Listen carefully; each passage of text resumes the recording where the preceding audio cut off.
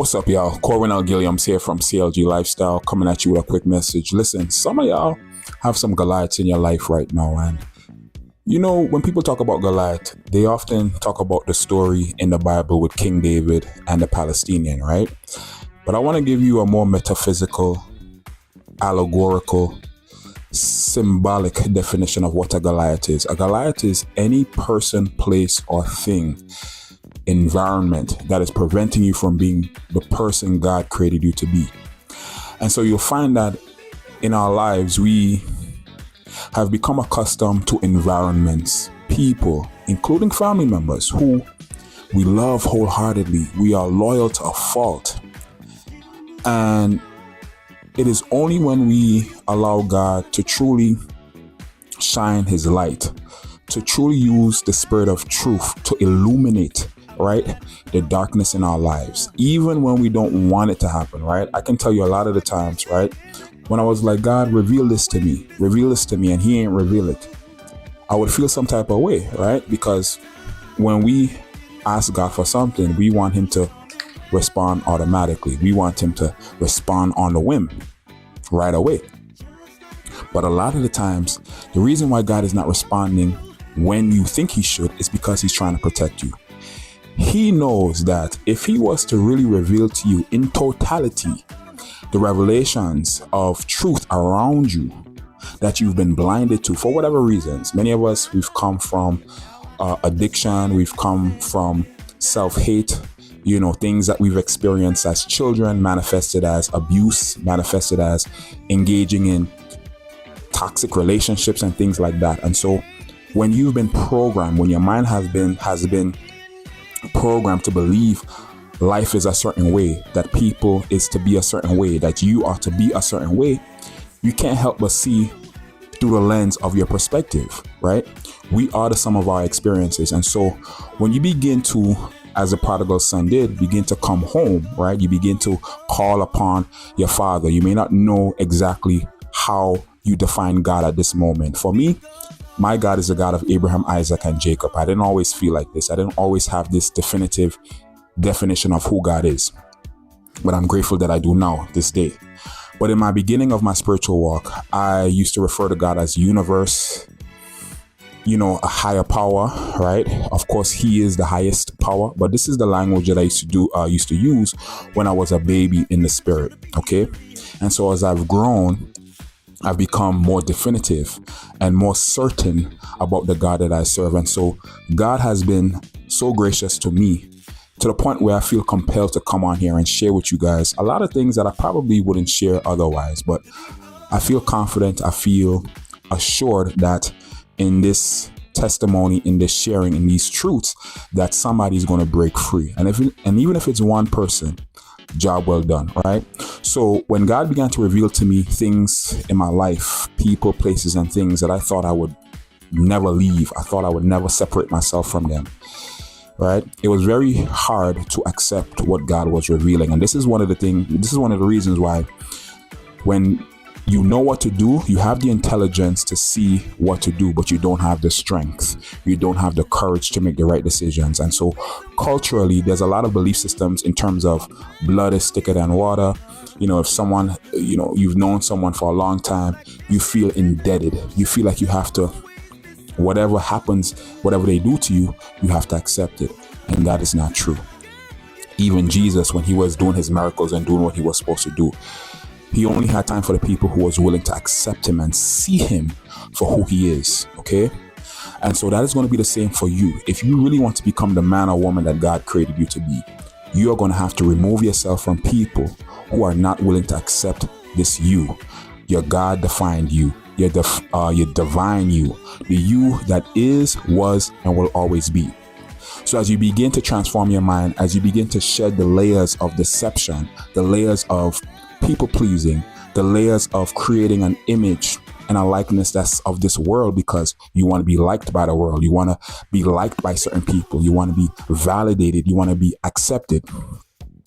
As you begin to look within, and God begins, because you need a decision, okay? You need to make a decision to look within. And as you begin to co-labor with God to uncover, to dig up, right? The real you, you're going to find that the you that you created out of selfish ambition, out of ignorance, out of abuse, trauma, and experiences that you've gone through that you don't even know is still within you and is subconsciously directing your path. It's creating a life that you don't want. Once you begin to allow God to work within you, right? Work in you to begin to illuminate this true you, this authentic you, this divine you that is unshakable, unstoppable, and immovable. There's a reason why the environment is going to shift. There's a reason why relationships are going to begin to crumble. There's a reason why you don't want to do this anymore. There's a reason why you don't want to hang out there anymore. There's a reason why you don't want to dress a certain way anymore. There's a reason why your interests and your desires and your hobbies are going to change, because you are now becoming the real you, the you God created before the foundations of the world. So with that being said, don't be afraid of the shaking of the nest. That is part of the development. That is part of you becoming, right? Going on your journey, right? Your journey to becoming, right? You know, every human being, right? They say this about men, but I believe every human being needs to go through a process of transformation, a journey to discovering the real you. And you can't do that being around people who know the old you or refuse to accept the you that God is saying that you are. So I pray that you have the strength, the courage, and the capacity to be able to make the decisions that God is revealing to you that you need to make, and to move forward in faith. The faith that pleases God, the faith that moves mountains, and ultimately, because of your decision to believe God and what He's saying, to truly trust the voice of God, not allowing religion, not allowing the modern day Pharisees and the Sadducees and the people who talk about God, but their life doesn't reflect who God is, as far as authenticity, as far as grace, as far as being your unapologetic self and letting God work out the details. Some of us are rough around the edges.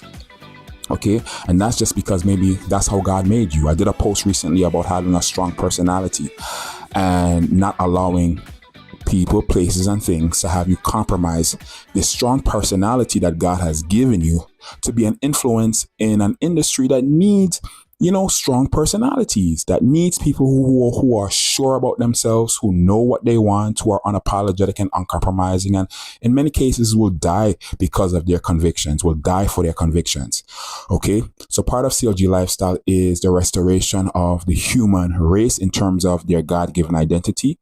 And I hope that this message inspired you to want to like, share, and subscribe, and to continue following the movement. Until next time, be you. There's only one you. That is where your power is. That is where your value is. And that is where your strength is. You're going to have fear. You're going to have deterrences, because the old you, as they say, doesn't want to go anywhere. It wants to remain. And you're going to have people around you who are going to want to support that all you. Oh, you've changed. Oh, who do you think you are? Oh, you this. Oh, you that. That is a sure tell sign that you are moving forward, that God is awakening your divine nature, your divine identity. And it is your responsibility as a human being to take hold of that, to honor that, because there's a lot of people who never had a spiritual awakening. They've never come into the revelation that there is a you that God created that is not of this world, that is in this world, but is not of it. And he who is in you is greater than he who is in the world. And this is what the enemy and the people of darkness don't want you to know.